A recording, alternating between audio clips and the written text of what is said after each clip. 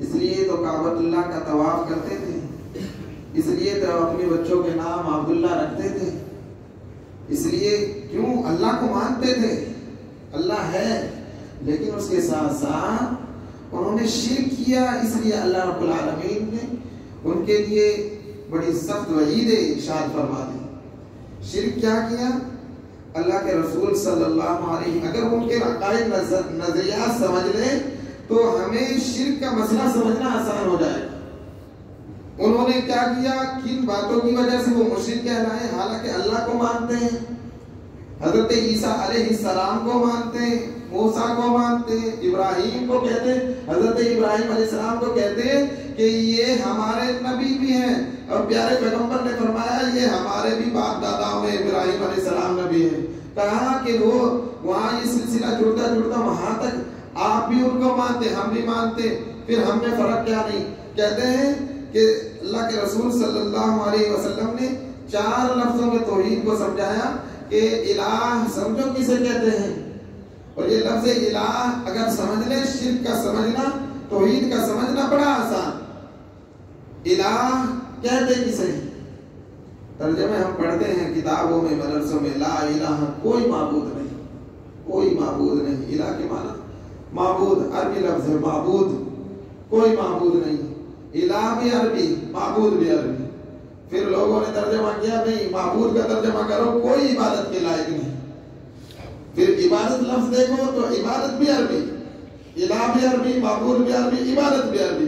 پھر اور لوگوں نے ترجمہ کیا نہیں بھائی عبادت سے چھوڑو، اب کہو کہ کوئی پرستش کے لائق نہیں۔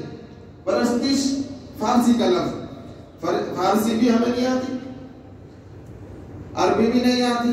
پھر اور آسان کیا علماء نے، کہا کہ کوئی پوجا کے لائق نہیں، کوئی پوجا، یہ ہندی زبان کا لفظ لے کے آگے کہ کوئی پوجا کے لائق نہیں اللہ کے سوا۔ تو فرمایا اللہ کے رسول صلی اللہ علیہ وسلم نے فاران کی چوٹی پہ کھڑے ہو کے اعلان کیا، لوگوں میں تمہیں ایک بات کی طرف دعوت دے رہا ہوں، ایک بات کی۔ تمہارے نظریات یہ ہیں، تم کہتے ہو کہ آسمان سے روزی دینے والا اللہ، زمین سے روزی نکالنے والا اللہ، کھیتی باڑیاں اگانے والا اللہ، زندے سے مردہ، مردے سے زندہ نکالنے والا اللہ، تم کہتے ہو، مانتے ہو اس چیز کو، ہر چیز کا، ہر امر، ہر فعل، ہر کام کرنے والا مدبر ذات اللہ کی ذات، تم کہتے ہو اس چیز کو، تو پھر تم شرک کس لیے کرتے ہو؟ کہتے کہ ہم شرک نہیں کرتے۔ کیا کہہ رہے ہیں؟ ہم شرک نہیں کرتے، ہم تو صرف ان کو بھی قرآن کی آیت میں بتاؤں گا کہ ہم تو صرف ان کو اس لیے پکارتے ہیں لیقربونا الی اللہ، یقربو، ہم تاکہ قریب ہو جائے اللہ کے، ان کے ذریعے قریب، یقربو ترجمہ دیکھو قرآن کا، لیقربونا، ہم تاکہ یہ ہمیں اللہ کے قریب کر دے۔ ہم گناہگار، ہم نافرمان، ہم سے غلطیاں ہو جاتی، ہمارے یہ نیک بندے، یہ یعوس، یہ ود، یہ یعوق، یہ نصر، جو 5 بزرگوں کے نام اللہ نے قرآن میں بیان کیے، یہ 5 نیک بندے اللہ کے ولی بندے۔ سارے مفسرین نے، جمہور مفسرین نے یہ کہا کہ 5 کے 5 بندے اللہ کے نیک بندے، ولی بندے تھے۔ انہوں نے کیا کیا کہ ہم نے ان کو اس لیے پکارا، اس لیے ہم نے ان کو حاجت روا سمجھا، اس لیے ہم نے ان کو مشکل کشا سمجھا، اس لیے ہم نے ان کے سامنے اپنی فریادیں رکھی تاکہ یہ ہمیں اللہ کے قریب کر دے۔ یہ قرآن کیا ہے؟ لیقربونا الی اللہ، تاکہ یہ ہمیں قریب کر دے اللہ کے۔ پھر فرمایا کہ ہم ان کو اس لیے پکارتے ہیں ہؤلاء شفعاؤنا، شفع، تاکہ یہ ہماری اللہ کے سامنے سفارش کر دے۔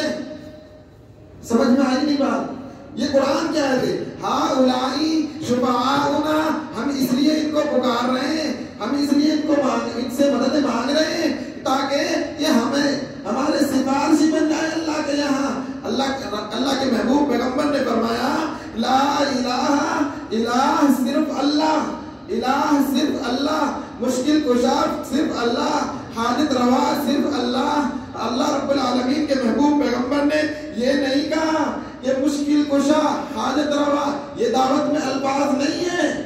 آپ پڑھو بخاری، ترمذی، ابن ماجہ، تمام معتبرات حدیث کی کتب سب سامنے رکھو. فرعون کی چوٹی سے صرف ایک ہی کلمہ جاری تھا، لا الہ الا اللہ. ایک ہی کلمہ تھا. پیغمبر نے یہ نہیں کہا. وہ سمجھتے تھے الہ کسے کہتے ہیں. ہماری زبان عربی نہیں، اس لیے ہم الہ کو نہیں سمجھے. ہماری زبان عربی نہیں، اس لیے ہم نے الہ کو نہیں سمجھا. انہوں نے سمجھا الہ کہتے کسے ہیں. پیارے پیغمبر میں جب پیغمبر نے اعلان کیا تو پہلی بات یہی کہی، لا الہ، لا الہ، کوئی الہ نہیں، کوئی مشکل کشا نہیں، کوئی یعوق، کوئی نصر، ود، کوئی لات، منات، عزا، جتنوں کو تم پکار رہے ہو یہ الہ نہیں ہے. تو سب سے پہلا پتھر اٹھانے والا، جو سب سے پہلا پتھر اٹھانے والا وہ ابو لہب تھا، کہ جس نے الہ کے ہمارے ان حاجت رواں کو، ان مشکل کشا کو، ان فریاد رس کو، ہمیں یوں کہتے ہو کہ کوئی الہ نہیں. تو سب سے پہلا پتھر پیارے پیغمبر کی طرف جو اٹھانے والا آپ کا چچا ابو لہب ہے. کہتا ہے ابو لہب کہ ہمارے الہ کی آپ نے توہین کی. حالانکہ قرآن کھول کے بیان کرتا ہے کہ لوگوں، اللہ کے سوا کوئی معبود نہیں، کوئی مشکل کشا نہیں، کوئی حاجت روا نہیں، کوئی بگڑی بنانے والا نہیں، کوئی اولاد دینے والا نہیں. قرآن پڑھیے. او یزوجہم ذکرانا و اناثا ویجعل من یشاء عقیما. اللہ کہتے ہیں قرآن میں، بچے دینے والا میں، بچیاں دینے والا میں، باندھ رکھنے والا میں. کسی کو بچے دیتا ہوں، کسی کو بچیاں دیتا ہوں، کسی کو دونوں دیتا ہوں. اللہ کہتے ہیں یہ سب کا سب دینے والا میں، میرے علاوہ کوئی نہیں. یہ ایمان، یہ توحید. ہم قرآن کو پڑھیں، قرآن کو سمجھیں. ترجمہ میں یہ نہیں کہتا میرے عالم کا ترجمہ، آپ کے عالم، جس عالم کا ترجمہ اٹھاؤ، پڑھو، دیکھو اللہ رب العالمین نے کتنی کھول کے بیان کر دیا. سورہ رعد، سورہ سبا، سورہ یونس کی کچھ آیات، 80 سے زیادہ سورہ، ایک نہیں 80 سے زیادہ سورہ اللہ رب العالمین نے توحید کو اور شرکیات کو بیان کیا. اتنا بڑا مسئلہ پیران پیر محبوب سبحانی شیخ عبد القادر جیلانی اپنے بچوں کو اخیر وقت میں وصیت کرتے ہیں، میرے بچوں میرے پاس آ جاؤ. کیا کہنے لگے؟ میرے بچوں آؤ، میں تمہیں ایک بات کی تعلیم دے کے جا رہا ہوں. میں دے کے ایک بات کی تعلیم دے کے جا رہا ہوں. میرے بچوں، لا تشرک باللہ، تم اللہ کے ساتھ شرک نہ کرنا. محبوب سبحانی اپنے بچوں کو ایک شرک کی تعلیم دے کے جا رہے ہیں کہ شرک نہیں کرنا، شرک کی معافی نہیں ہے. شرک جس نے کیا خدا کی قسم برباد ہو گیا، دنیا میں بھی برباد، آخرت میں بھی برباد. اللہ رب العالمین نے بہت بڑا یہ فرمایا. جب ہر گناہ کی باری آئی، عظیم نہیں کہا، ان الشرک لظلم عظیم، کہ سب سے بڑا گناہ شرک ہے. شرک نہیں کرنا، شرک نہیں کرنا. حاجت رواں کسی اور کو سمجھنا، مشکل کشا اور کو سمجھنا، بگڑی بنانے والا کسی اور کو سمجھنا، اولاد دینے والا کسی اور کو سمجھنا، خدا کی قسم یہی تو شرک ہے. اسی کو تو شرک کہا. اسی لیے ہمارے سامنے قرآن ہے. سب سے پہلی چیز ہمارے اکابر نے، بزرگوں نے، ہمارے اولیاء نے سب سے پہلے کہا، لوگوں تمہیں کسی مسئلے کو دیکھنا ہے تو سب سے پہلے آپ اپنے بزرگوں کو نہ دیکھو، اپنے پیر اور ولیوں کو نہ دیکھو. نہیں، سب سے پہلے تمہارے سامنے اللہ کا قرآن ہے، اس کے بعد فرمان رسول ہے. پہلے قرآن دیکھ لو، پھر فرمان رسول دیکھ لو، اور پھر اپنے پیر اور ولی اور غوث اور ابدال کا طریقہ کار دیکھ لو. خدا کی قسم کوئی پیر، کوئی ولی، کوئی بزرگ، کوئی ابدال، کوئی غوث نہیں تعلیم دیتا کہ تم شرک کرو، نہیں کہہ کے جاتا. آج جو لوگوں نے فریاد غیر اللہ سے مانگنی شروع کی، بیٹے دینے والے ان کو سمجھا، بگڑی بنانے والا ان کو سمجھا، حاجت روا ان کو سمجھا، خدا کی قسم شرک میں مبتلا ہو گئے. اس لیے وہ کہتے ہیں، آپ پوچھو ان سے جا کے تم شرک کرتے؟ کہتے نہیں، شرک نہیں کرتے، شرک نہیں کرتے. کیا کہتے ہیں؟ میری کئی ایک سے باتیں ہوئی، کیا کہتے ہیں؟ ہم شرک، توبہ استغفر اللہ، ہم شرک نہیں کرتے، اللہ بچائے شرک سے، کان پکڑتے ہی کرم نہیں شرک نہیں کرتے. پھر پکارتے کیوں ہیں؟ کہتے کیوں ہیں اولاد دی انہیں؟ کہتے کیوں ہیں؟ تو کہتے ہیں ہم اور ان کو یہ کہتے ہیں کہ اللہ کے نیک بندے ہوئے ہیں، ہماری نہیں سنتے، اللہ ان کی سن لیتے ہیں. کیا قوم کو پٹی پڑھائی کہ ان کی سنتے ہماری نہیں سنتے. میرا اللہ تو وہ ہے کہ کالا پہاڑ ہو اور کالے پہاڑ پر کالی چیونٹی ہو، اس کے رینگنے کی آواز بھی میرا رب سن لیتا ہے. سبحان اللہ.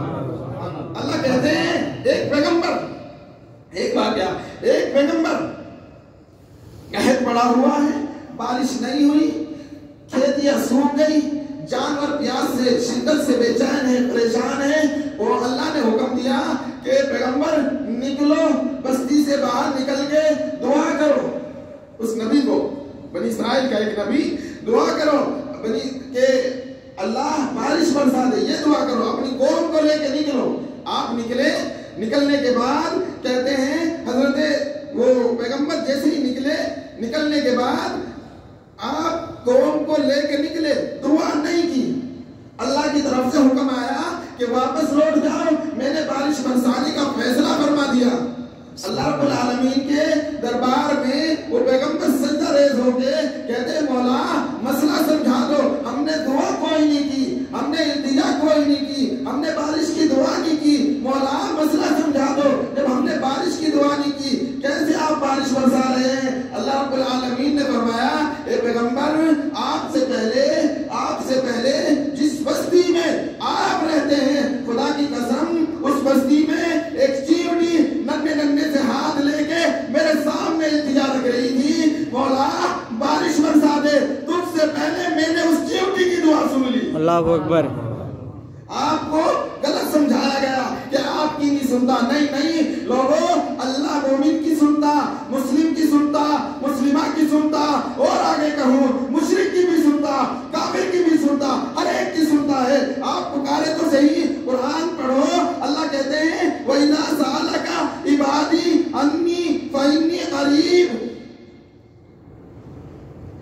پھر ایک سوال کیا، کہتے ہیں کہ اللہ اتنی بڑی ذات، اللہ اتنی بڑی ذات، اس تک پہنچنے کے لیے تو ایسے ہی پہنچ جائیں گے ڈائریکٹ؟ بیچ میں تو لینا پڑے گا کسی کو، بنا کسی کو لیے کیسے پہنچ جائیں گے؟ کیسے پہنچ جائیں گے؟ کہ دیکھو جیسے چھت پہ چڑھنے کے لیے سیڑھی کی ضرورت ہوتی ہے، ایسے ہی ایک سیڑھی کی ضرورت پڑے گی نا، کہ چھت پہ جانا ہے تو سیڑھی کی. اس لیے بیچ میں کسی ولی کو لے لو، کسی نبی کو لے لو، کسی غوث اور ابدال کو لے لو. لہذا تمہیں اگر وہاں تک پہنچنا ہے تو تمہیں نیچے سیڑھی سے ہو کے جانا پڑے گا. مثال بڑی سمجھ میں آئی کہ جی وہاں تک پہنچنا ہے تو بیچ میں آپ نے کسی کو لینا پڑے گا، تبھی تو پہنچو گے. اچھا، بیچ میں اللہ کی ذات کو انہوں نے ایک چھت سے تشبیہ دے دی کہ گویا چھت پہ ہے اللہ. بھائی اس سے ایک سوال ہے، قرآن کی اس آیت کا جواب دیں، اس آیت کو جواب پڑھے. اللہ کہتے ہیں کہ چھت پہ جاتا ہے آدمی اس لیے کیونکہ آدمی دور ہے، چھت بھی آدمی سے دور ہے، اس لیے بیچ میں فاصلہ سیڑھی کا لینا پڑتا ہے، ذریعہ سیڑھے کو بنانا پڑتا ہے. چھت دور ہے اس لیے. میرا رب تو کہتا ہے فَإِنِّي قریب، میں تو تیرے قریب ہوں، مجھے سیڑھی کی کوئی ضرورت نہیں. سبحان اللہ. وَإِذَا سَأَلَكَ، اللہ آپ کتنے قریب ہیں ہمیں سمجھا دو. ہم نہیں جانتے مولا کتنا قریب آپ. میرے قریب تو یہ رومال بھی قریب، یہ مائک بھی میرے قریب. میرے مولا ہمیں بتا دو صحیح کتنا قریب ہے تو مولا. اللہ کہتے ہیں لوگوں سمجھنا مجھے ہے تو سمجھ لو میں اتنا قریب ہوں. وَنَحْنُ أَقْرَبُ إِلَيْهِ مِنْ حَبْلِ الْوَرِيدِ، لوگوں میں شہ رگ سے بھی زیادہ قریب. سبحان اللہ. شہ رگ سے بھی زیادہ قریب. اور جو لوگ کہتے ہیں سیڑھی کی ضرورت پڑتی ہے وہاں تک پہنچنے کے لیے، انہوں نے تشبیہ دے دی اللہ کو وہ چھت سے.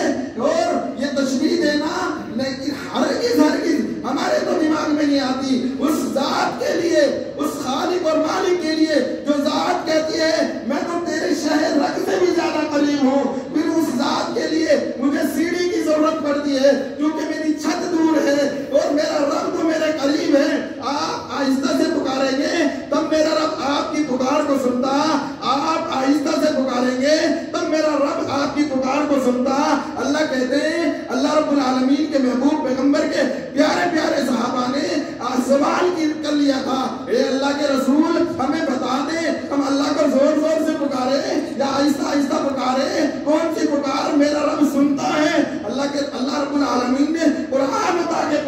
اتار کے پیش کر دیا.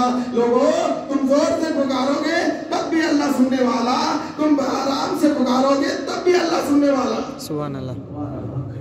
ہمیں کس قوم نے, ان لوگوں نے ہمیں کس طرف لے کے, قرآن تو ہمیں کس طرف لے کے جاتا ہے, قرآن کی آیت بھی تو ہمیں کس طرف لے کے جا رہی ہے, اور ہم جا کس طرف رہے ہیں. اس لیے کسی ولی کا کوئی انکار نہیں کر سکتا. ولی کا جو دشمن, خدا کی قسم اللہ کے رسول پیغمبر صلی اللہ علیہ وسلم نے فرمایا اس کے لیے اللہ اور اس کے رسول کی جنگ ہے. ولی کا دشمن نہیں, ولی سے بغض عداوت نہیں, لیکن مسئلے کو سمجھو. اللہ کہتے ہیں کہ مجھے پکارو, میں ہوں, ادعونی استجب لکم, مجھے بلاؤ, مجھے مجھ سے دعا کرو, میں تمہاری دعاؤں کو قبول کروں گا. اللہ کہہ رہے ہیں, یہ میں نہیں کہہ رہا ہوں, یہ قرآن ہے, ہمارے سامنے قرآن ہے. قرآن کو پڑھو, ترجمہ جس کا دیکھو, فارسی میں دیکھو, تلگو میں دیکھو, اردو میں دیکھو, ہاں انگلش میں دیکھو, جس زبان میں دیکھو. خدا کی قسم آیتیں بتا رہا ہوں, جس آیت کو میں بتا رہا ہوں وہ آیتیں پڑھو. 80 سے زیادہ سورہ اللہ توحید کو, شرکیات کو بیان کرتے ہیں کہ ان کا شرک یہ تھا کہ ایک عربی اللہ کے رسول کی مجلس میں آ کے کہتا ہے, کیا کہتا ہے, یوں کہتا ہے ماشاء اللہ و ماشاء محمد. کیا کہا, ماشاء اللہ و ماشاء محمد. اس نے یوں کہا, پیارے پیغمبر کے چہرہ سرخ ہو گیا. فرمایا کہ تو نے مجھے اجعلتنی للہ ندا, تو نے مجھے اللہ کا شریک بنا دیا. ماشاء اللہ کے معنی ہوگا وہ جو اللہ چاہیں گے, ہوگا وہ جو محمد چاہیں گے, یہ معنی لیا. تو اللہ کے رسول نے فرمایا کہ تو نے وہ اللہ میں اور مجھ میں دونوں میں ایک صفت پیدا کر دی. لوگوں فرما دیا تمام صحابہ کو اکٹھا ہو کے نہیں پکارنا, صرف کہنا ہے قولوا ماشاء اللہ, ہوگا وہ جو اللہ چاہیں گے. محمد رسول اللہ آقا علیہ الصلوۃ والسلام یوں کہہ کے جا رہے ہیں, یوں کہہ کے جا رہے ہیں کہ اللہ جو چاہیں گے وہ ہوگا. پیارے پیغمبر کے لیے تو اللہ نے سارا جہان بنایا, سارے جہان کو ان کے لیے اللہ رب العالمین نے یہ بتائیے کہ دعا اور مغفرت اور ان کے لیے دعا, ہر ایک چیز, ہر مومن مسلم ان پر دعائے رحمت اور یہ درود شریف کی کثرت ہر ایک مومن مسلم کرتا. لیکن پیارے پیغمبر کہتے ہیں مجھے بھی نہیں پکارنا, میرے چاہنے سے کچھ نہیں ہوتا, میرا اللہ جو چاہتا وہ ہوتا. ایک بات اور میں بیان کر کے بات ختم کرتا. حضرت عائشہ صدیقہ رضی اللہ تعالی عنہ, پیارے پیغمبر کی سب سے چہیتی بیوی حضرت خدیجہ کے بعد سب سے زیادہ محبت کرنے والے, سب سے زیادہ الفت اور انس, اور جس کو پیار سے میرے پیارے آقا حضرت عائشہ کو حمیرہ کے نام سے پکارتے, حمیرہ یا حمیرہ, اے حمیرہ. ایک دن 9 سال کی عمر گزر گئی, 9 سال پیارے پیغمبر کے بستر پر رہی. حضرت عائشہ کہتی ہے, کیا کہتی ہیں, یا رسول اللہ مجھے بھی ایک اولاد چاہیے, ایک معصوم سا بچہ چاہیے. آقا علیہ الصلوۃ والسلام کی جملہ سنیے, خدا کی قسم لذت حاصل کیجئے. توحیدی جملہ کہا کہ اولاد دینے کا کام یہ میں محمد کے ہاتھ میں نہیں, یہ میرے اللہ کے ہاتھ میں ہے. سبحان اللہ. ہمیں قوم کس طرف لے کے جا رہی ہے, اس لیے ہم قرآن کی آیات کو سامنے رکھے, بخاری مسلم کو سامنے رکھے, ترمذی ابو داؤد ابن ماجہ کو سامنے رکھے, تمام صحاح ستہ کو سامنے رکھے, ہم فیصلہ کریں. خدا کی قسم قرآن کھول کھول کے ایک ایک مسئلے کو بیان کرتا ہے, کھول کھول کے بتاتا ہے کہ شرک یہ ہے, شرک یہ ہے, شرک یہ ہے. ان کا شرک بیان کیا, فرمایا یہود نے, نصارہ نے جو شرک کیا, پیارے آقا نے فرمایا لعنت اللہ علی الیہود والنصارى, کہ اللہ کی لعنت ہو یہود پر, نصارہ پر. کیوں؟ فرمایا اتخذوا فی قبور انبیائہم مساجدہ, کہ انہوں نے اپنے نبیوں کی قبروں کو سجدہ بنا لیا, اس لیے اللہ کی لعنت ہو ان پر. اور فرمایا, آگے فرمایا فإنی انہاہم عن ذلک, میں تمہیں اس بات سے منع کر رہا ہوں کہ میرے بعد میری قبر کو سجدگاہ نہ بنانا. سبحان اللہ.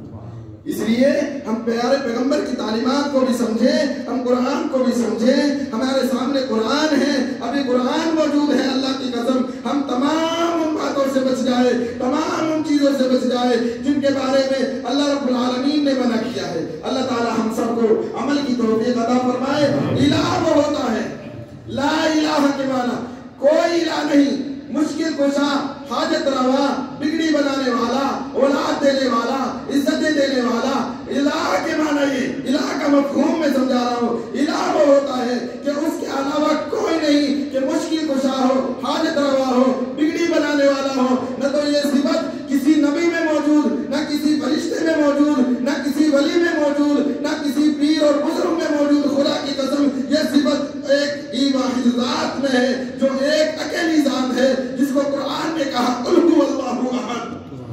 اس لیے ہم نے یہ مسائل سمجھنے ہیں۔ اللہ ہم سب کو عمل کی توفیق عطا فرمائے، اللہ تعالی ہم سب کو کہنے سننے سے زیادہ عمل کی توفیق عطا فرمائے۔ وآخر دعوانا ان الحمد للہ رب العالمین۔